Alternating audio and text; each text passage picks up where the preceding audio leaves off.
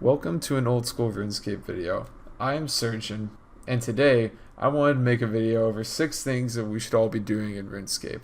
Whether that's if your goal is to max, if your goal is to make money, or if your goal is purely just to try and be a completionist. These are things that we should all be doing, at least on a weekly basis for some of them on a daily basis, some of them on an hourly basis if we can.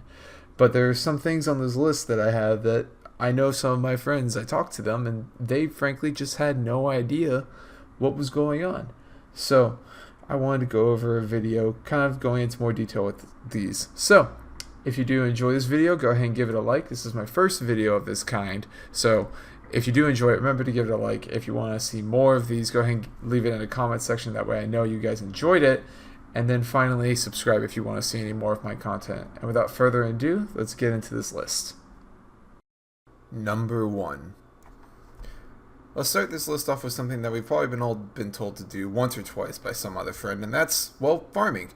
Specifically urban tree runs. So herb runs you can do about once every 75 minutes, given that your plants don't get diseased and given that you don't log out during a certain tick. That's very kind of like advanced farming, but for purposes of this video, you can do herb runs about every 75 minutes, and most trees you can do 5 hours or so. Most trees will be done in about 5 hours of growing. So, farming is not a difficult skill to train. It purely requires just a lot of attention and a lot of dedication in order to train it efficiently.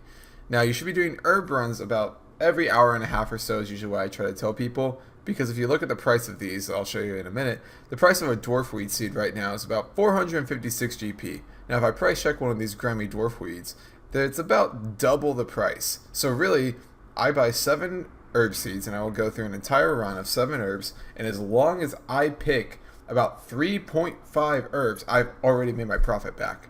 Now on top of that, dwarf weeds are, I believe, the second or third highest herb that you can plant, so I'm getting probably the most amount of experience I can get from an herb run doing this, and I'm basically well like 10 times my money after I've farmed all these herbs. So really, do your herb runs. They do not take a long time. You can, once you know how to do an herb run, you can do it in about 5 to 10 minutes if you know how to do it efficiently, and it's going to make you a lot of money in the long run. It's not a short-term gain, but a long-term gain. Number 2. The Kingdom of Miscellania. Now, again, another one we probably all heard of before, but I'm going to talk to you about why we should be doing this. It's basically free money once you have the capital to start off with. So why do I say it's free money? Essentially, you can watch after this once a week. You can go and get your approval up to 100% once a week, and as long as you have the right amount of money in there, you will make profit doing this every week. I will have a link to a calculator for the Ars Wikia in the description, so that way you can stay up to date on what you should be investing your workers into every week, and it gives you an expected net profit based on a couple numbers, which it'll go into more detail on that website. But right now, the profitable ones are to have cooked fish and as your first, and then coal as your secondary. So what you do is you go through every week, you go through and get all your favor, and then make sure that you have money in your coffers. Now the question is, how much money should you have in there?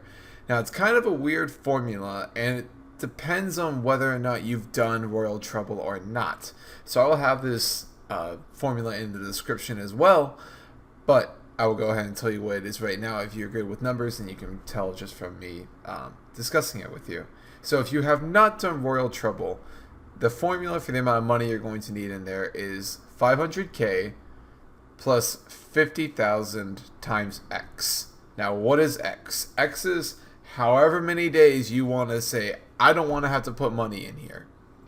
So if you want to leave it alone for 2 weeks, you just want to come back, get your favor up to 100 every week, and not like collect any of your resources or put any money into it for 2 weeks, cool. You would do 500,000 plus 50,000 times 14.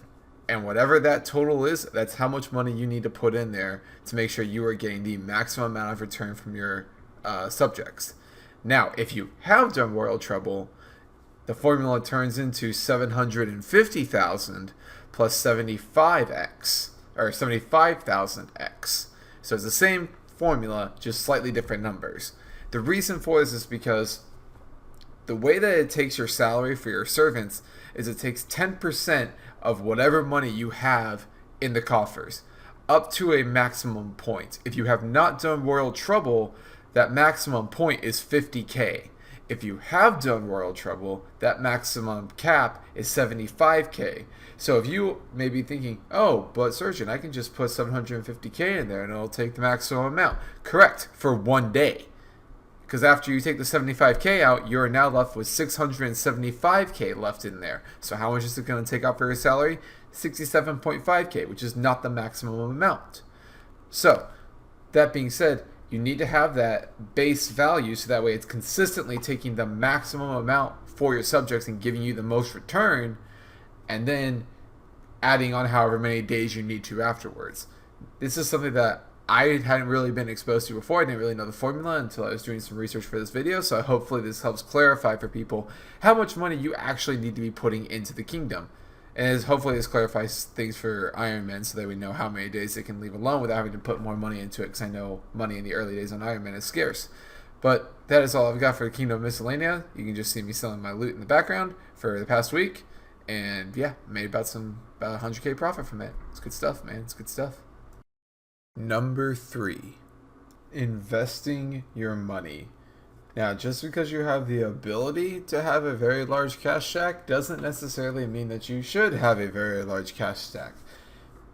In business, we have this kind of expression that money doesn't make money. Now, what do I mean by that? If I have a 15 mil cash stack in my bank that's just sitting there, what is that money doing? It's doing absolutely nothing. It's just sitting there it's just sitting there looking pretty.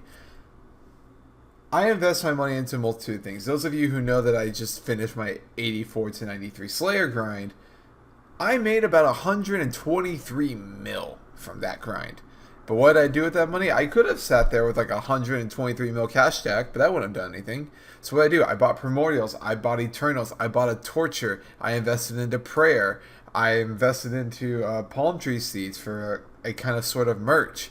You can invest into bossing supplies, invest into other skilling supplies, whatever. But sitting on 123 mil, sitting on 100 mil, sitting on like above 20 mil doesn't do you anything. Like, that money is just sitting there that could be used to make other profits somewhere else through merching, through getting skills up, through getting supplies, whatever. What I choose to do is I like to keep my cash stack to about 10 mil or less. That gives me enough to buy my daily battle stats because I have to spend 840k a day to buy all of them. And on top of that, that gives me enough money if I ever need like emergency supplies, if I need to go buy something for a clue, I need to buy something on a whim, I need just something in general. It has to be some capital to work with. So that's my recommendation to y'all, is that keep a little bit of money around in case you need like emergency supplies or you need something to work with, but don't have a big cash stack lying around unless you're absolutely trying to save for something like monstrous. Other than that, invest into other things. Invest into merchanting, invest into flipping, invest into supplies, invest into gear. Invest your money. Don't sit on a cash stack. Number 4, Tears of Guthix. A weekly minigame that is unlocked by completing the Tears of Guthix quest. Who would have thought that? But anyway, it is a very short minigame that takes about 3 minutes, 2 to 3 minutes. I have max quests, I have quest cape, and it takes me about 2.5 minutes. And it's going to give you experience in the skill that you have the lowest amount of experience in. So pretty much it's going to give you free experience in the skill you probably either A, can't train due to some kind of money, or B, you don't want to train because you probably hate the skill, or C, just it's your lowest XP skill. But anyway, it's going to give you free experience in that, and you can get this once a week. And on top of that, the barrier to entry for this is really not that difficult. All you really need is you need 100,000 experience in any skill in a week, or you need 1 quest point. So if you're sitting there and you're like, well, I have to get 100,000 experience every week because I have quest cape, you can get that in like, half an hour. If you cook sharks, you cook monkfish, you can probably get it in like 40 minutes. Like 100,000 experience really doesn't take that long if you want to go for it. Obviously, this isn't a Tears of Guthix guide, so I'm not going to go too much into it. But I will give you some tips on this. If you've done the Lumbridge Hard Diaries, you will get 10% more experience. Once you have completed those, you'll get 10% more experience in the Tears of Guthix. Also, make sure that you bring a Sapphire Lantern or any kind of light source. And then you can teleport here by using a games necklace and selecting the Tears of GUTHIX option. Other than that, let's move on to number 5 on this list. Number 5. Achievement diaries to me just make sense if your goal is to eventually max on this game. You're going to be going for max skills anyway, so why not do something along the way to kind of break up the monotony of training skills. On top of that, you're also going to get some really cool perks, like you're going to get some pretty cool looking gear, so if you're into Fashionscape, there's that.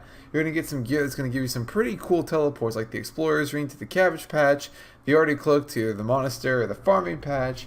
You're going to get the headband to teleport to Sherlock. You're going to get the shield to recharge your prayer. You're going to get the Mauritania legs to go back to Berg de Rot or the Slime Pit. You're going to get the Bone Crusher.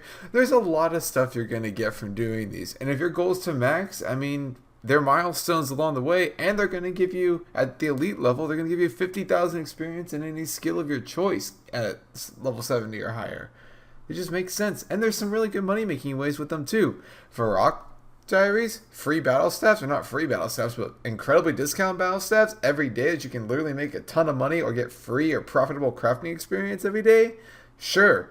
Exchange flax and get free bowstrings? Yeah, sure, why not? Free bone meal every day, free prayer experience, the best prayer experience in the game? Why not? That sounds great. Achievement diaries are amazing and probably my favorite thing to do. Number 6. And finally, our last topic of this video. I heard this advice when I initially started trying to max on RS3 way back in the day, about 3 or 4 years ago. And the advice that I was given was that always be doing something. Now, what does that mean? There are too many AFK-able things to do in this game that you should have no reason to not be doing something if you can afford to. So that being said, let's say that you have to, I don't know, let's say you have to clean the dishes or whatever.